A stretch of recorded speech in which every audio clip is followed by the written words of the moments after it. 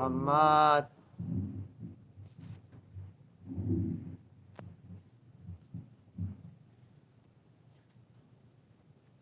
أعوذ بالله من الشيطان الرجيم بسم الله الرحمن الرحيم إن الله وملائكته يصلون على النبي يا أيها الذين آمنوا صلوا عليه وسلموا تسليما اللهم صل على محمد وآل محمد. بسم الله الرحمن الرحيم ألف لام ميم ذلك الكتاب لا ريب فيه هدى للمتقين الذين يؤمنون بالغيب ويقيمون الصلاة ومما رزقناهم ينفقون صدق الله العلي العظيم صلى الله على محمد اللهم صل على محمد وآل محمد.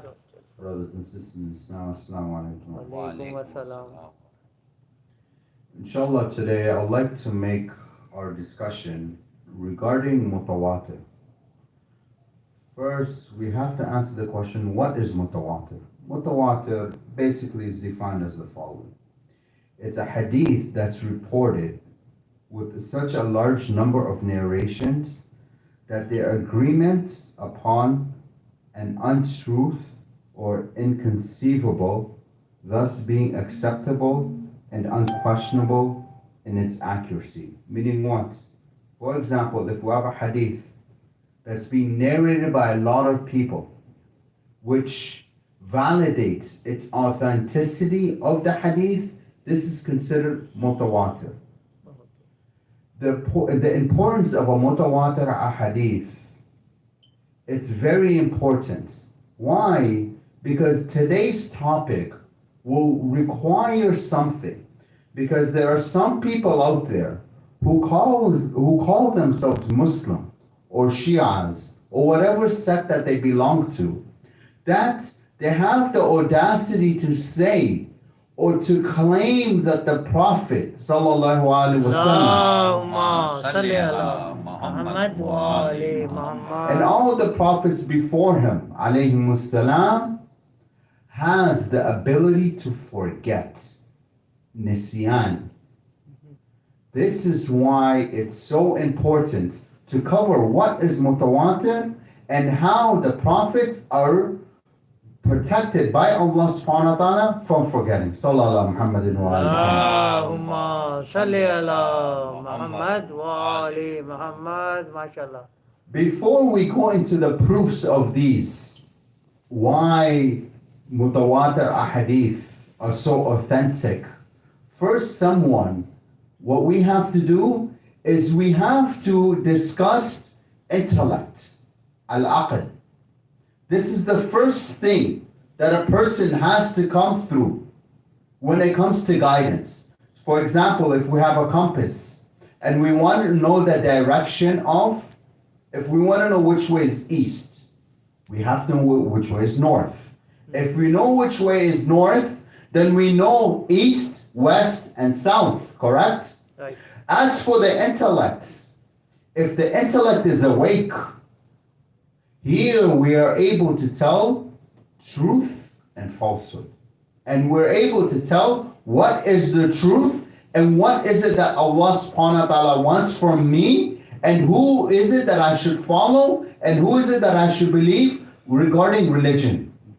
So in Usul al-Kafi, in the beginning of the book, in volume 1, there's a hadith regarding intellect from Abu Ja'far alayhi salam. He says the following. He says, when Allah subhanahu wa ta'ala, God, created intelligence, He made it speak, and then He said to it, come forward.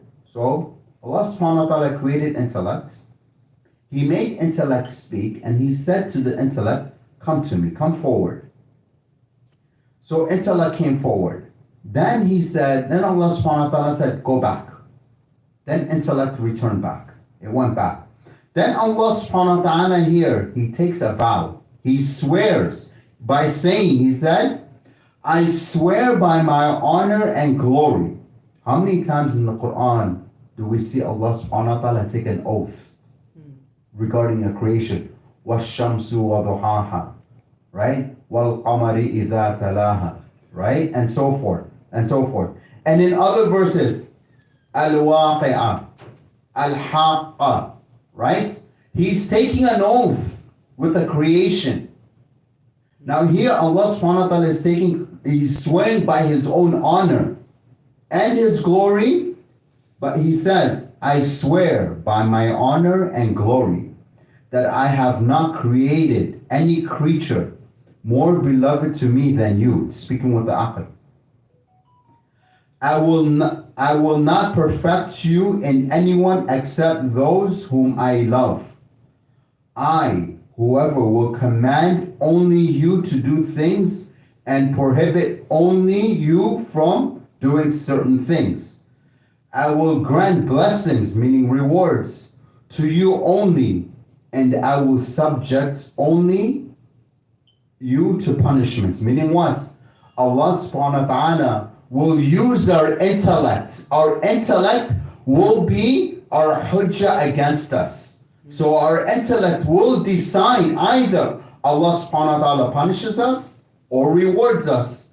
And this is how Allah subhanahu wa ta'ala will judge us, by our intellect.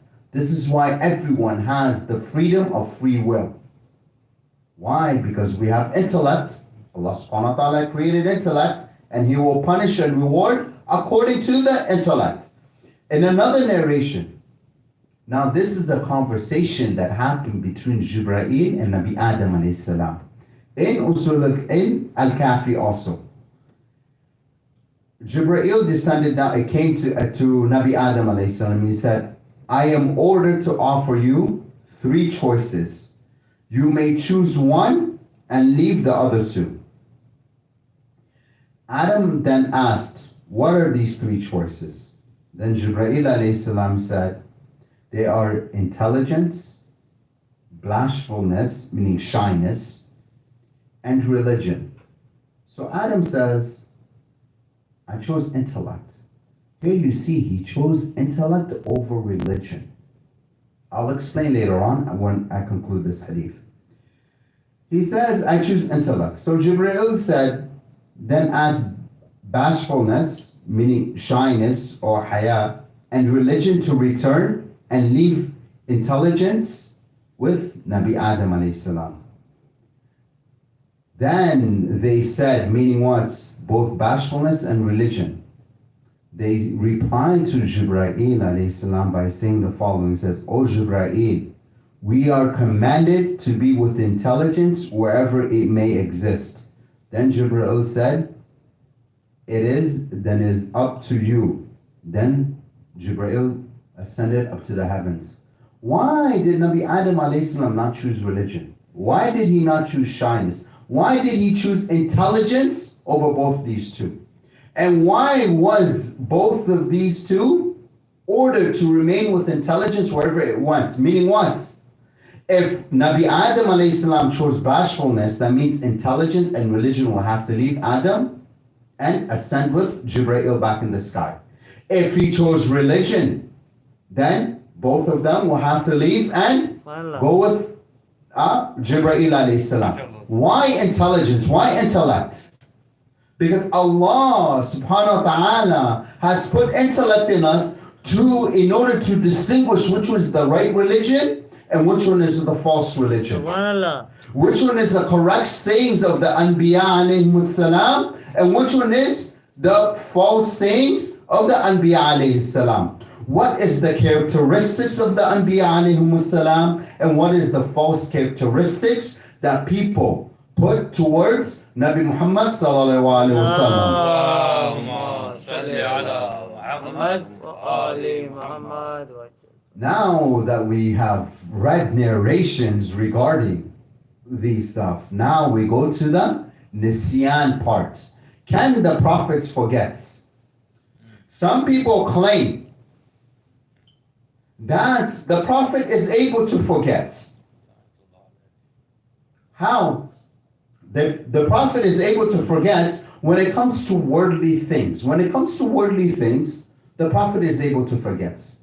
So here, for the sake of argument or for the sake of the discussion, let's accept that saying. Right? Let's use our intellect and let's accept that saying that the Prophet is able to forget. All right. If he's able to forget anything in this worldly desire, bring me a narration that's mutawatir saying that he forgot in a worldly desire thing. No one can bring that. And if they do bring it, then we have to study the backgrounds of these narrators to see which one is the liar and which one is not. Why? Because Aql tells us to do so, correct? All right. Now, let's look at a narration that exists today within our world and that's being narrated over and over again by some people. That they say the Prophet forgot in prayers. He forgot a wajib thing in prayers. Now, let's go into the arkana prayers. The arkana prayers are 5.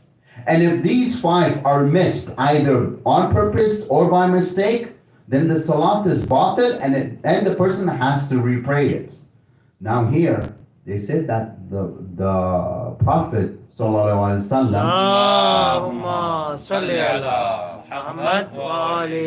missed a couple of rak'ahs. So someone came up to him after the prayer and said, "Oh Rasulullah, did a new ayah descend onto you?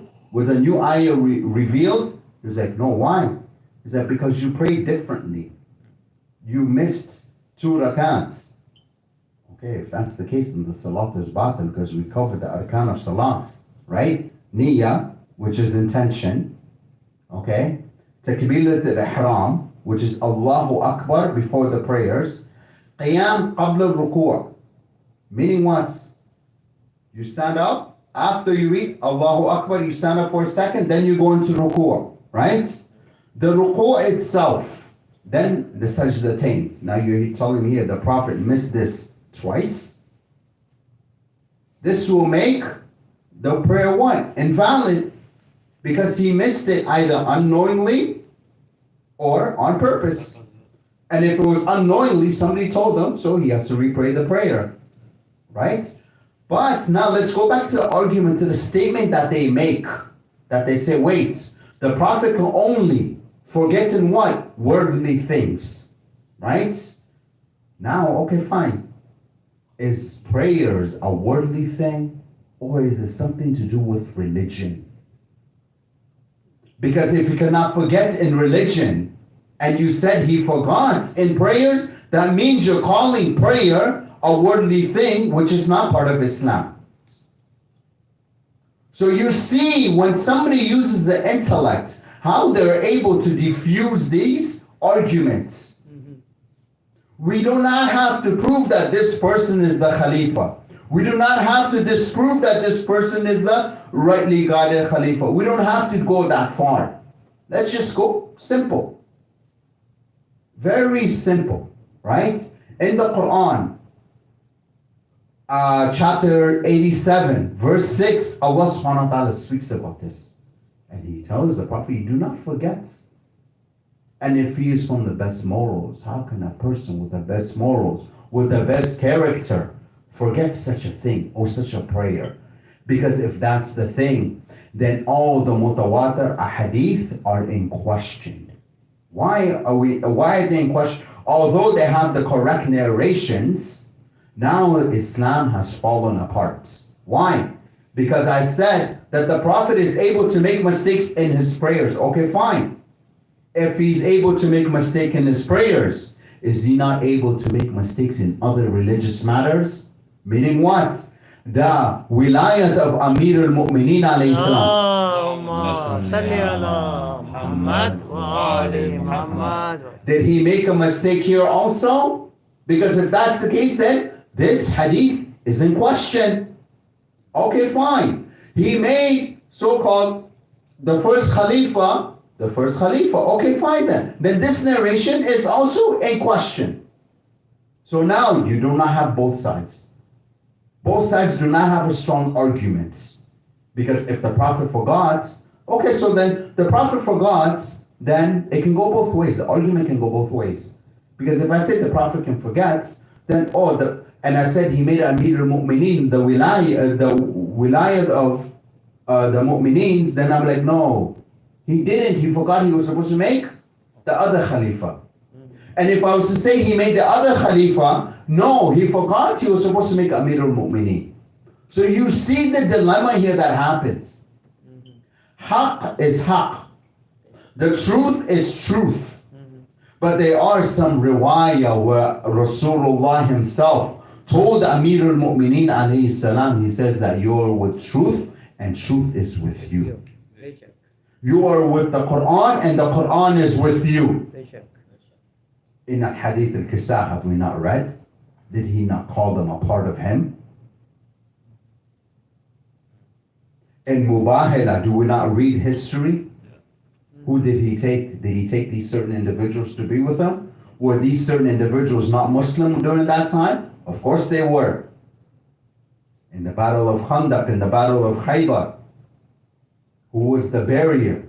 Who was the carrier of the religion of Islam? Who was the defender? In the Battle of Uhud, without even going into any details.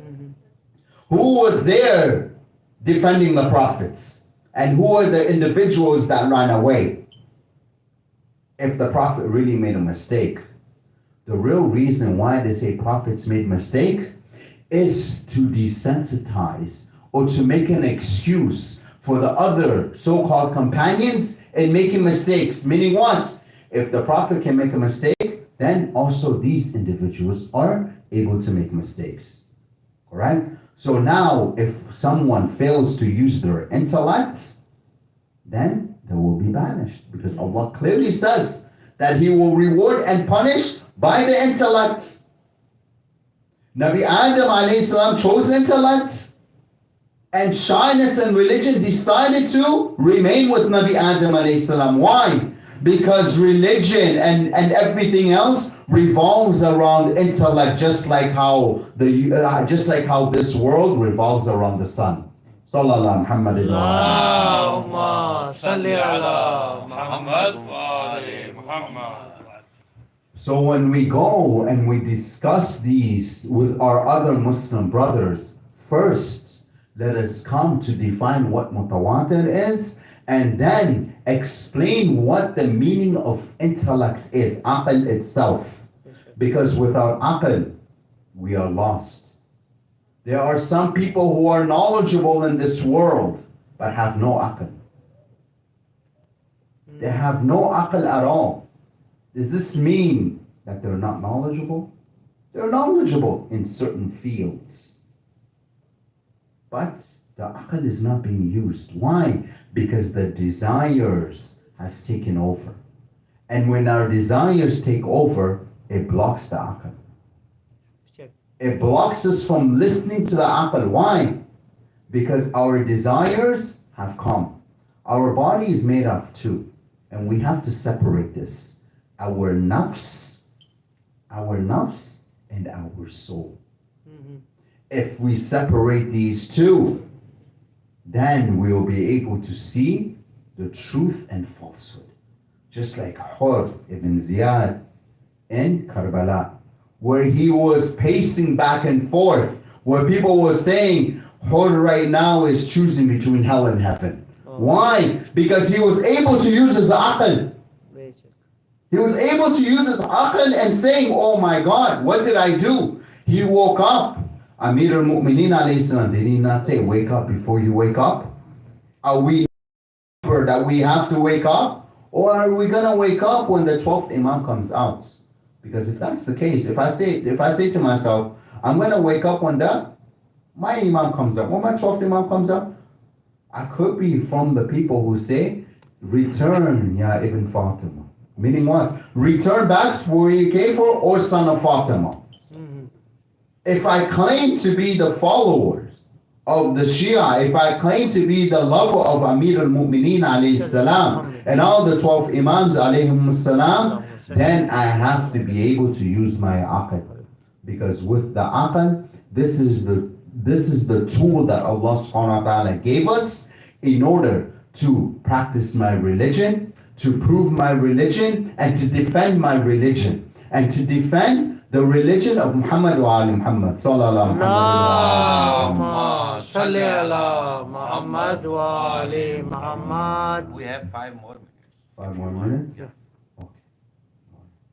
Allahumma salli ala Muhammad wa ali Muhammad. So now we are at a challenge, especially in this Western world. We are at a challenge. We want good careers, we want good education, but at the same time, we are leaving religion. We're using our intellect for something, but yet we're leaving something better, which is religion. Now, I'm not saying study religion and forget the knowledge, and forget the university, forget the schools. No. Nor am I saying study university, study high school, become successful and leave religion. No. Everything comes within a balance. Life is a balance. If something is in balance, then we'll notice something in our life is not right. Something is not correct within ourselves. If we do not pray, something might seem wrong. Right? So here we have to gain knowledge from the Western society. Go to school. Go to as much knowledge as you want. Go up. But at the same time, let us not forget religion. And let us raise them up in a balance together. Study religion. Read about religion. Read about the history of the Imams alayhim salam. Even if it takes one ayah a day from the Quran. Read the Arabic. Read the translation. Read the tafsir. Just one ayah a day. Khalas. I'm not asking to read 5 ayahs. I'm not asking to read the whole Quran, no. Just one ayah a day. And this one ayah a day, we should try to implement it within our lives. So if I read something that says, Rasulullah is the one with the best of morals. So what should I do? I should try to act in the best of morals. I should try to treat people better than the way I want to be treated myself. We always hear, treat people how you want to be treated, correct? This saying, sometimes there's a falsehood, there's a loophole there. Meaning what? Somebody can say, I don't care how people treat me, so I can treat people bad. I don't care how people view me. What? No. Let's treat people. Let's change the saying and saying, let's treat people better than the way I want to be treated. If we do it this way, our intellect and our knowledge will be seen. We will practice, and then when people look at Islam, they will see, oh my God, subhanAllah. For example, the Mu'assasa is trying to send a petition out in order to put awareness of Ghadir in City Hall, downtown, to raise a flag. So when we get this petition signed, inshallah, everyone will be there in order to witness this. Sallallahu Muhammad. Allahumma salli ala Muhammad wa ali Muhammad. Ya Hussein. Ya Hussein. Ya Hussein. Ya